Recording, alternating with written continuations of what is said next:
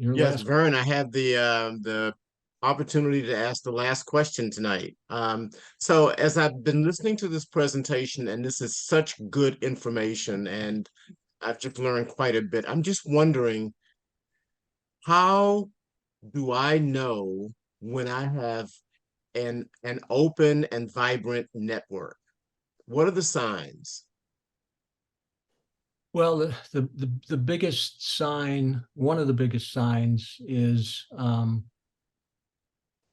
when you have, well, there's a number of signs. So for instance, when I was in HR, and HR is changing all the time, new laws, new regulations, this and that.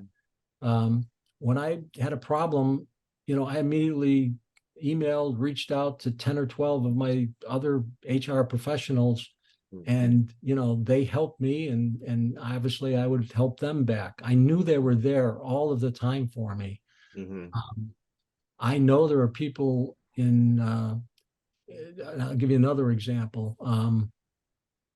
And Milray, did you know Sharon Armstrong? Yes. Yeah. So Sharon and I have been colleagues and friends for 20 years.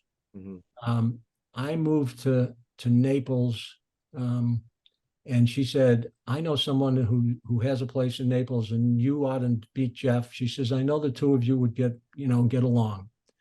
She introduced Jeff and I 8 or 9 years ago. Jeff and I have had breakfast every 3 months for the last 10 years.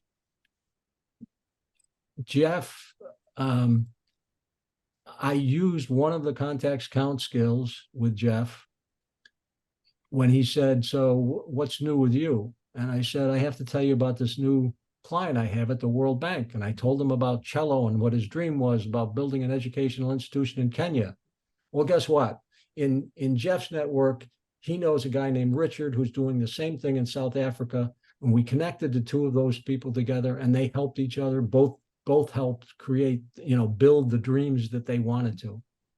And so that type of impact on two people's lives, that between Jeff and I, and it's happened multiple times between Jeff and I, where we've helped people through either my network or his network. That's when I know, that's the power of human connection that I experience all the time.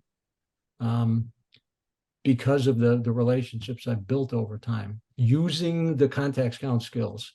And there's a lot of other people that we've helped to reach that level of when you've got a number of people you can pick up the phone or email at any time, and they will get back to you.